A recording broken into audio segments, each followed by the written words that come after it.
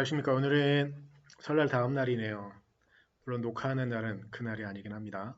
음, 한번 상상을 해보면 설날 여러분들의 가족과의 만남은 어떠셨는지 여러분에게 위로가 되는 모임이었길 간절히 바라고 또한 그렇게 가족이 하나로 모여서 서로 나누고 웃고 하던 경험들이 여러분에게 소중하게 남아서 올 한해 또한 기쁘고 힘나는 한 해를 보내시기를 간절히 바랍니다. 그리고 오늘은 신명기 이제 5장을 봅니다. 5장의 주된 내용은 십계명입니다. 그래서 그 말씀들 가운데 저는 오늘은 아주 앞부분 십계명을 한 번에 다 볼까 하긴 했는데 그러기에는 십계명의 무게가 가볍지 않기에 십계명을 좀 나눠서 이렇게 보려고 하는데 오늘은 십계명 가운데도 좀 앞에 있는 부분들을 좀 보려고 합니다. 오늘 우리가 같이 볼 말씀은 신명기 5장 1절부터 11절까지 말씀 같이 보겠습니다.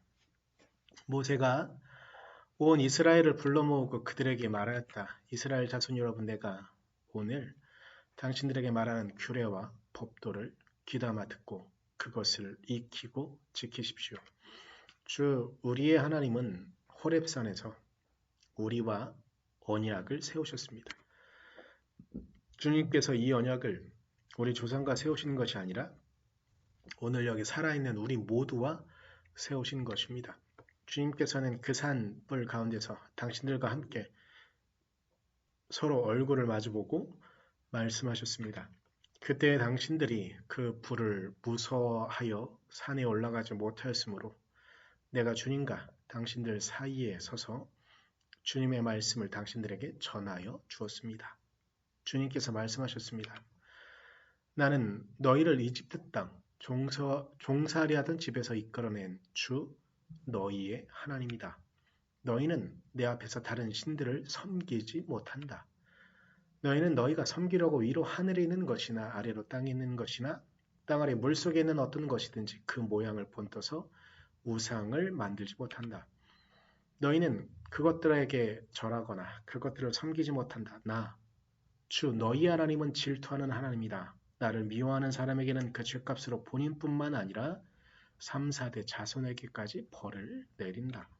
그러나 나를 사랑하고 나의 계명을 지키는 사람에게는 수천 대 자손에 이르기까지 한결같은 사랑을 베푼다. 너희는 주 너희 하나님의 이름을 함부로 부르지 못한다. 주는 자기의 이름을 함부로 일컫는 사람을 죄 없다고 하지 않는다. 아멘. 오늘 우리가 같이 본 말씀을 보이냐도 어떤 것인지 말씀을 드렸었는데요. 이게 우리가 갖고 있는 성경에는 신명기 4장과 5장이 분명히 구분되어져 있지만 4장 44절부터 이어지는 내용들부터 해서 5장 5절까지의 내용은 하나로 보는 것이 맞습니다.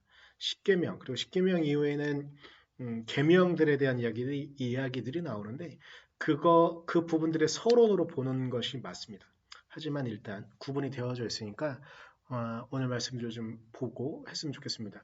그럼에도 불구하고 좀 특이한 부분이 있다고 한다면 5장에 와서는 오늘 너희들이 듣고 있는 이 말씀은 너희들이 지켜야 되는 이 계명은 그리고 너희 조상들이 경험한 것 같은 하나님의 그 경험에 대한 기억들은 단순히 너희 조상들 너희 윗세대의 이야기가 아니라 오늘 너희들이 또한 그렇게 경험한 것이고 그렇게 너희들은 또한 이 말씀을 지켜야 한다라는 논리적인 귀결을 맞추면서 그 말씀을 지켜야 되는 이유를 설명하고 있습니다.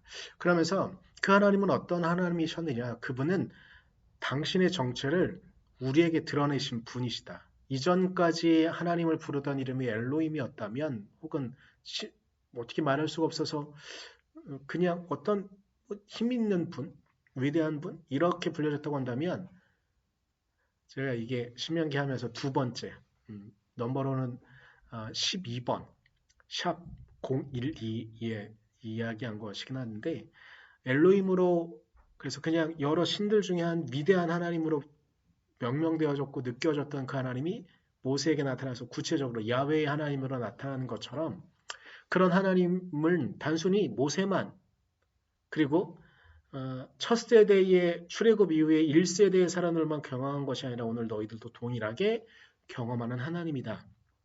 라면서 이야기합니다. 그러면서 이제 계명을 우리가 알고 있는 10계명을 나누기 시작을 합니다. 그런데 그 10계명 오늘은 우리가 11절까지 보았는데 11절까지는 딱 3계명까지만 나와 있습니다. 제가 일부러 그랬고요. 내일 볼 12절에 이어지는 말씀은 우리가 안식일에 대한 얘기가 있어서 안식일은 무게를 갖고 좀 더 봐야 될 것 같습니다.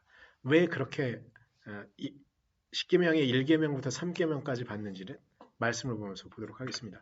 1계명은 이것입니다. 너희는 내 앞에서 다른 신들을 섬기지 못한다.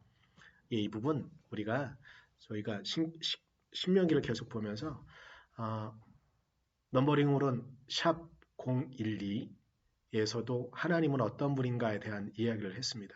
그런데 어찌 보면 이 이야기는요. 우리가 바로 직전에 본 4장의 말씀들과도 맥을 같이 해요.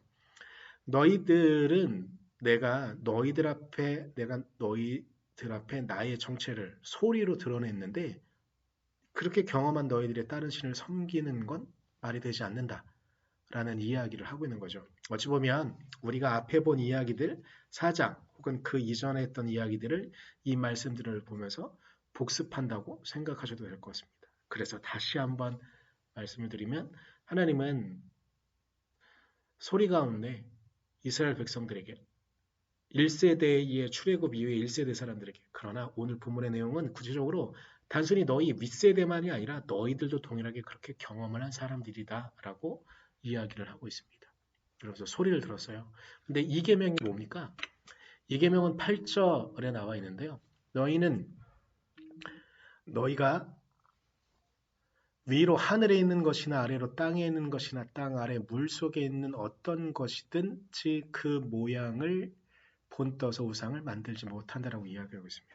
여기에서도 우리가 앞에서 4장에서 본 내용과 맥을 같이 한다고 볼 수가 있는 것이죠. 하나님께서 음성으로 들려주셨어요. 눈에 보이게 형상으로 나타나지 않았다는 거죠. 그런데 너희가 나를 경배한다고 나를 기억한다고 어떤 형상을 만든다면 그것도 또한 틀린 것이다. 복습하고 있는 겁니다. 그렇기에 너희는 어떤 형상도 만들면 되지 않는다. 이건 궁극적으로는 기본적으로 형상에 기반하고 있는 다른 우상들도 너희들은 섬기면 안 된다라는 그런 것을 담고 있는 것이죠. 이제 복습의 마지막 3계명입니다. 그런데 이 3계명은 복습이 아니고요. 우리 오늘 이 말씀을 좀 더 봤으면 하는 마음에서 3계명을 좀 따로 떼놨습니다. 3계명은 11절 말씀인데요. 너희는 주 너희의 하나님의 이름을 함부로 부르지 못한다. 주는 자기 이름을 함부로 일컫는 사람을 죄 없다고 하지 않는다. 라고 말하고 있습니다. 어찌 보면 이 부분은요. 소리로 이스라엘 백성들에게 자신의 정체성을 나타내신 그 하나님께서 우리에게도 우리가 발성하는 소리, 우리가 발산하는 소리도 조심해야 하는 것들을 말씀해 주시는 전체적인 흐름에서 보게 된다면 그렇게도 볼 수 있는 그런 부분이기도 합니다. 물론 이 3계명의 말씀 자체는 우리가 혹여라도 하나님의 이름을 부르고 어떤 일을 하다가 실수하는 경우가 생길 수 있습니다.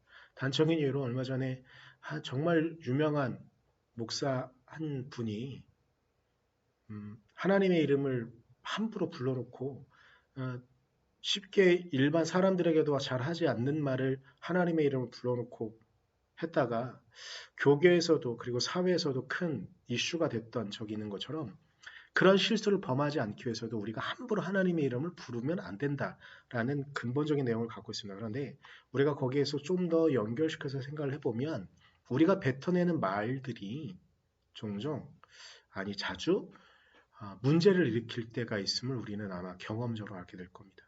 실수를 범하기도 하지만 그리고 말이라는 게 뱉어진 다음에 전달되어지는 과정 가운데 오해를 불러일으키기도 하기 때문에 말을 할 때는 정말 신중해야 함을 우리에게 말해주고 있는 그런 부분이라고 볼 수가 있겠죠.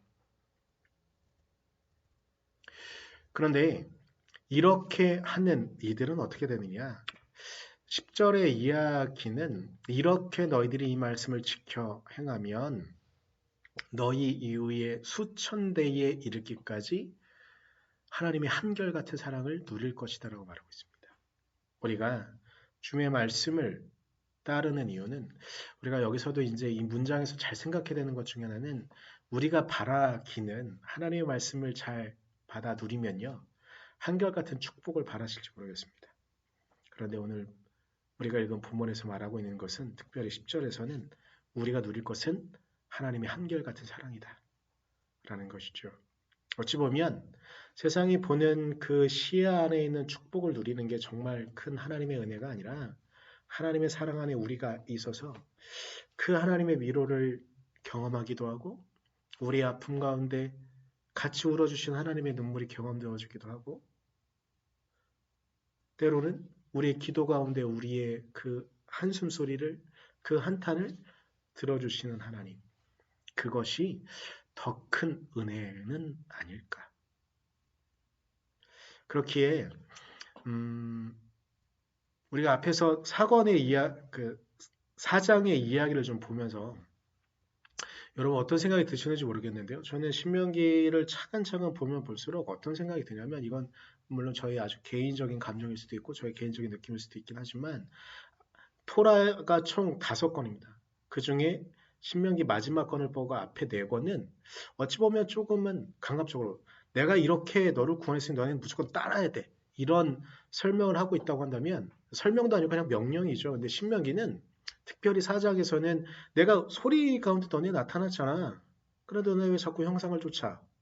이런 논리적인 이야기도 하고 그러고 그런 논리 속에서 이렇게 논리적으로 딱딱딱 맞췄으니까 너네 딴짓하면 안 돼. 막 이렇게 억압하는 느낌도 아니고요. 이건 오히려 그렇게 차근차근 논리적으로 설명하시고 우리의 감정도 만져주시면서 수긍하도록 하시는 우리와 아주 친밀하게 호흡하시는 것 같은 그런 하나님의 느낌이 좀 강하기도 합니다. 어찌 보면 그렇게 신명기의 전체적인 흐름이 우리에게 다가오는 이유는 우리가 그분의 말씀을 믿고 따르면 한결같은 사랑으로 우리를 안아주시고 한결같은 사랑을 누리도록 하시는 그 하나님의 은혜 때문에 그렇게 느껴지는 것은 아닐까 합니다. 이건 저의 개인적인 마음이기도 하지만 여러분 오늘 말씀 가운데 십계명의 3가지의 계명을 우리가 보았습니다. 내 앞에 다른 신들을 섬기지 말아라. 아무 형상도 만들지 말아라. 하나님의 이름을 함부로 부르지 말아라. 이것들을 우리만한테 좀 새겨봤으면 좋겠습니다. 우리는 어떻게 그분의 말씀을 따라가야 하는가? 우리는 어떻게 그분의 말씀을 따르는 백성으로서 그 말씀을 온전히 순종하며 따라가는가? 이것들을 우리가 마음가운데 품으면서 오늘 하루를 그리고 이제 새해가 시작됐습니다. 이런 말 하기에는 한 달이 지나긴 했지만 그래도 여전히 신년 초인 것 같은 특별히 어제가 설날이었으니까 새해를 시작하며 우리가 그분의 그 말씀을 믿고 따르며 순종할 때 따라갈 때 하나님의 사랑을 누릴 수 있는 우리가 되어지기를 그 한결같은 사랑을 누릴 수 있기를 간절히 소망합니다. 기도하겠습니다.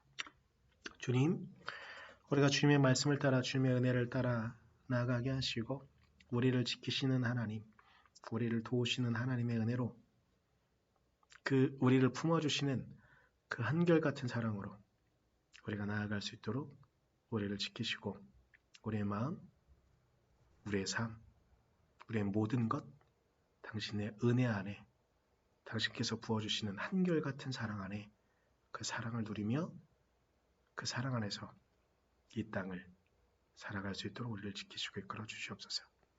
그렇게 당신께서 우리를 이끌어 주시길 간절히 소망하며 예수님의 이름으로 기도드렸습니다.